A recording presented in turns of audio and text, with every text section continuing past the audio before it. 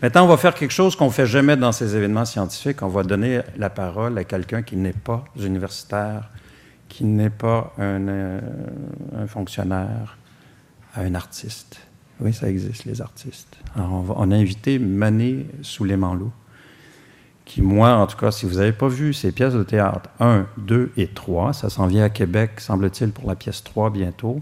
Manquez pas ça. Il va nous secouer le cocotier. À toi, Mané.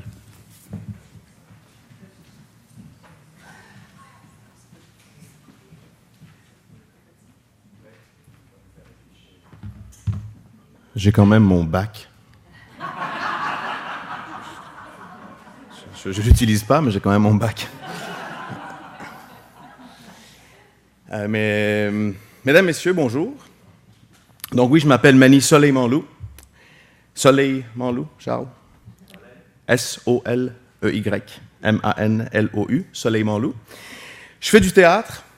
Je préfère dire théâtre plus que acteur, auteur, metteur en scène, post-synchroniseur, doubleur, parce que c'est plus direct, c'est moins flou, plus direct. Bref, un créateur, un artiste même, on pourrait dire artiste, quoique je trouve ça difficile à assumer artiste vu qu'on est à Québec, avec la proximité de Radio X et tout.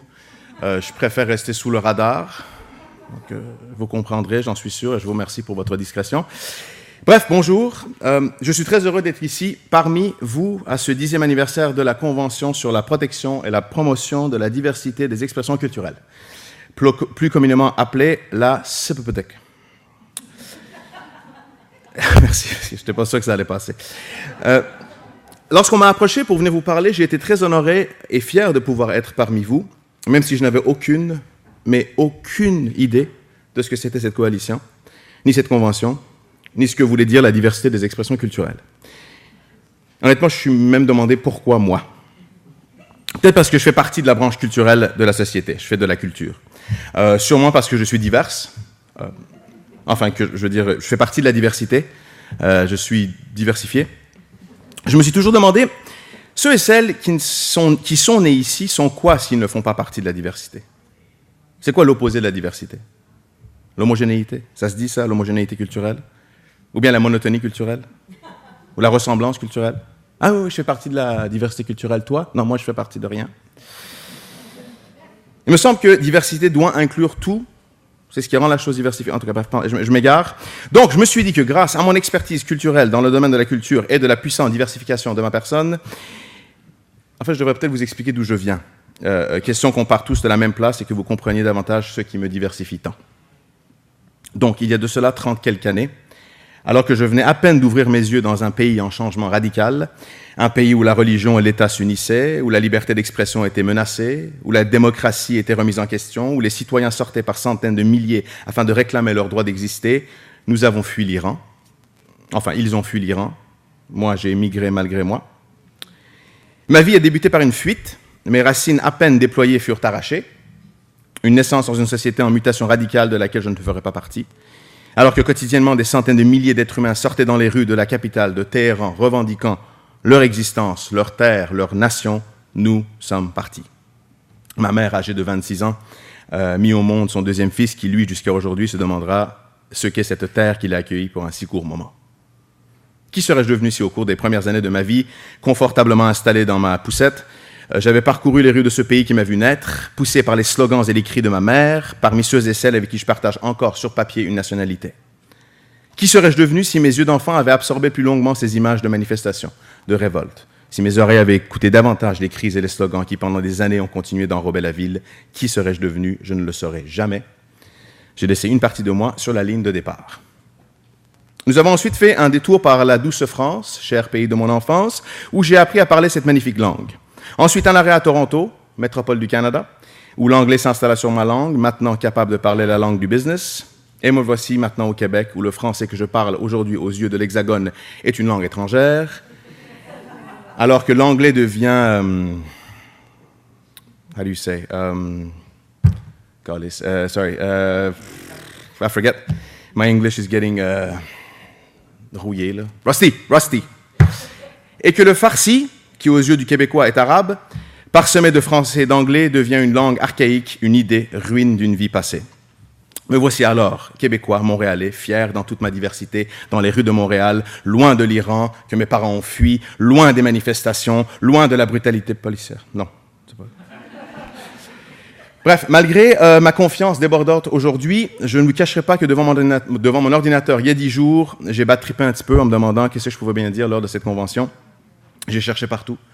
On m'a fait parvenir des documents, des adresses de sites web, des liens YouTube, d'autres panélistes ailleurs. Plus je lisais, plus je me perdais dans les méandres de la diversité des expressions culturelles, ce qui est complètement débile, parce qu'il me semble que je, artiste, je dois le savoir, qu'il y a des gens qui travaillent pour mon bien-être. Mais non, je ne le savais pas. Il faut dire que les circonstances ne m'étaient pas très favorables, puisqu'il y a, depuis le 2 mai, un nouveau colocataire chez moi. Pas très imposant, le gars, mais quand même à 9 livres et quelques. Il a le don de se faire entendre quand il a besoin de quelque chose. Laissez-moi vous dire qu'à cet âge-là, ils ne sont pas très débrouillards. Change une couche, donne-y à manger. Change une couche, donne-y à manger. Change une couche, donne-y à manger. Un tube. Donc, entre une couche, un boire, une sieste et une autre couche, sans parler de cette nouvelle émotion qui m'envahissait de plus en plus, j'ai tenté d'écrire ce que je vais vous lire aujourd'hui. Avec un bébé dans un bras et que ma main droite de libre, il faut dire que l'ordinateur n'est pas efficace à une main, j'ai tenté de comprendre. Je l'ai même demandé à mon fils. D'ailleurs, il s'appelle Oscar. J'ai demandé à Oscar s'il pouvait m'aider une nuit, alors que sa mère de souche cherchait à recharger ses distributrices de lait, ce qu'il pensait de tout ça. Et c'est là qu'entre deux cacas, il me regarde et il me dit « Je ne sais pas quoi te dire, papa. » Il a 3 semaines. « Je ne peux t'aider. Je ne saurais comment te le dire. Avec quelle langue? Celle qui se protège ou celle qui s'efface? Avec quel accent? Quel sera le rythme de ma pensée? Sa construction? La musicalité de mes émotions. Tu le sais, toi? Aurais-je un accent, moi, comme toi? Tu me parles en quelle langue, toi? Et pourquoi? Tu me parleras dans la langue des rois, celui qui depuis des millénaires résiste à la langue de la foi? Serais-tu capable? Ou allons-nous parler la langue de maman? Ce serait le fun, tu sais. Je l'aime bien, la langue de ce pays qui ne finit pas de ne pas naître. J'aimerais être capable de la parler dans quelques années, de l'écrire, de la lire, de la voir, qu'on me la raconte, qu'on en soit fier. OK, fiston, que je lui réponds. Quoi? OK, quoi? Qu'il me répond. OK, tu me parleras en farsi, mitouni, il y en a mitouni. Mitunam, tu sais qu'il y en a mitunam, mitunam. En tout cas, je vais essayer, du mieux que je peux. Du mieux que tu peux? Pardon? On parle de ma langue maternelle, papa. Ma langue paternelle, on parle de ma culture, de ma vie, de ma raison d'être. Je suis quoi si même toi, tu ne sais pas ce que t'es? Demande à maman ce qu'elle est, et elle te le dira fièrement. Mais toi, tu es quoi?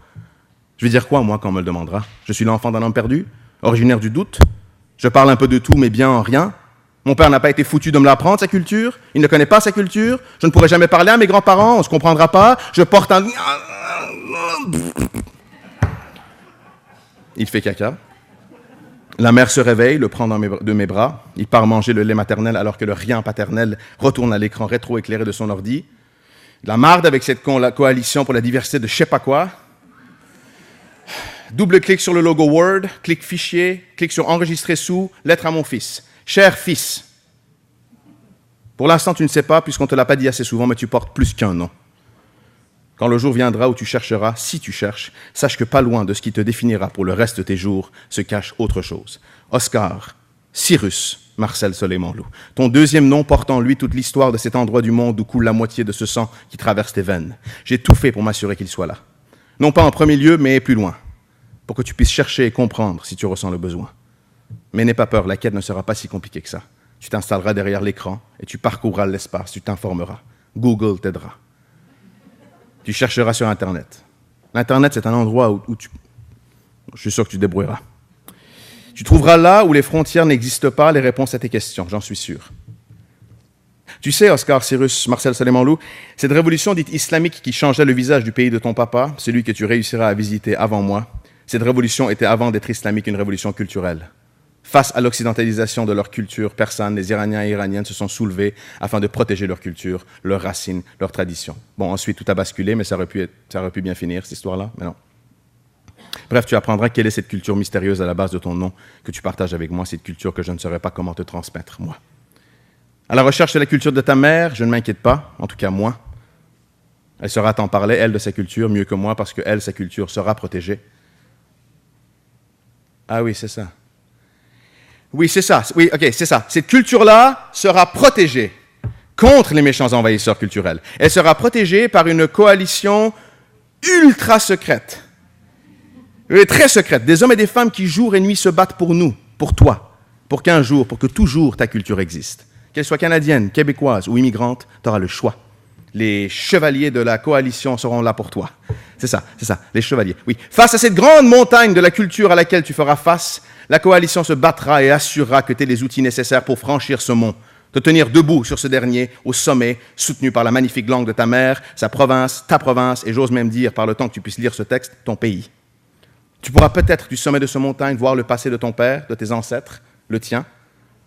Soutenu par l'ordre des chevaliers de la coalition pour la diversité des expressions culturelles, tu affronteras ce monde dans lequel tu grandiras. Ta culture, ton passé, ta fierté pour ce territoire qui t'a vu naître, et ta curiosité pour tout territoire à découvrir ou tout territoire passé t'aideront à devenir l'homme que tu mérites d'être. Soutenu par la Ligue des chevaliers de la coalition, au sommet de cette montagne, tel Moïse sur le sommet du mont Sinaï, avec dans ta main la Convention sur la protection et la promotion de la diversité des expressions culturelles, tu liras haut et fort à tous ceux et celles qui t'écouteront, à tes semblables, à tes amis, tes ennemis, tes contemporains, ceux grâce à quoi, grâce à qui leur culture demeure encore et toujours présente, vivante et plus forte que jamais. Signé ton papa.